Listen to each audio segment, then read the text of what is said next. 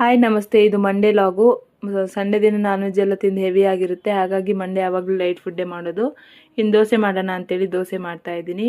ದೋಸೆಗೆ ನಾನು ಸಾಲ್ಟ್ ಮತ್ತು ನೀರು ಅಷ್ಟೇ ಮಿಕ್ಸ್ ಮಾಡೋದು, ಸೋಡಾ ಪುಡಿ ಏನು ಹಾಕೋಂಗಿಲ್ಲ. ಯಾಕಂದರೆ ಹಿಟ್ಟು ಆಲ್ಮೋಸ್ಟ್ ಯಾವಾಗಲೂ ಚೆನ್ನಾಗೇ ಬಂದಿರುತ್ತೆ. ಇನ್ನು ಅದಕ್ಕೆ ಕಾಂಬಿನೇಷನ್ ಆಗಿ ಶೇಂಗಾ ಚಟ್ನಿ ಮಾಡಿದ್ದೀನಿ. ಇನ್ನು ನಮ್ಮ ಮನೇಲಿ ಒಬ್ಬೊಬ್ರು ಒಂದೊಂದು ಥರ ದೋಸೆ ತಿಂತಾರೆ. ನನ್ನ ಮಗಳಿಗೆ ಪ್ಲೇನ್ ದೋಸೆ ಆಗಲ್ಲ, ಸ್ವಲ್ಪ ಆನಿಯನ್ನು ಕ್ಯಾರೆಟ್ ಏನಾದರೂ ಹಾಕಿ ಮಾಡಿದ್ರೆ ಇಷ್ಟಪಟ್ಟು ತಿಂತಾಳೆ. ಇನ್ನು ಅವಳಿಗೆ ಇವತ್ತು ಬರೀ ಆನಿಯನ್ ಮಾತ್ರ ಹಾಕಿ ದೋಸೆ ಮಾಡಿಕೊಟ್ಟೆ. ನನ್ನ ಮಗ ಖಾಲಿ ದೋಸೆ ತಿನ್ನೋಕ್ಕೆ ಇಷ್ಟಪಡಲ್ಲ, ಅವನಿಗೆ ಮೇಲೆ ಚಿಲ್ಲಿ ಪೌಡ್ರ್ ಆದರೂ ಇರಬೇಕು, ಇಲ್ಲ ಅದಾದರೂ ಪುಡಿ ಇದ್ದರೂ ಹಾಕಬೇಕು. ನಾನು ಶೇಂಗಾ ಪುಡಿ ಇತ್ತು, ಸೊ ಶೇಂಗಾ ಪುಡಿ ಮತ್ತು ತುಪ್ಪ ಹಾಕಿ ಮಾಡಿಕೊಟ್ಟೆ. ಅವನು ಕೂಡ ಈ ಥರ ಮಾಡಿದ್ರೆ ಇಷ್ಟಪಟ್ಟು ತಿಂತಾನೆ.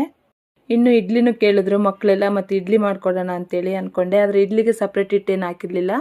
ಇದೇ ದೋಸೆ ಹಿಟ್ಟಿಗೆ ಸ್ವಲ್ಪ ಸೋಡಾ ಪುಡಿ ಮತ್ತು ಉಪ್ಪು ನೀರು ಹಾಕ್ಬಿಟ್ಟು ಇಡ್ಲಿ ಅದಕ್ಕೆ ಮಾಡಿಕೊಂಡು ಇದಕ್ಕೆ ಇಡ್ಲಿ ಮಾಡಿಕೊಟ್ಟೆ.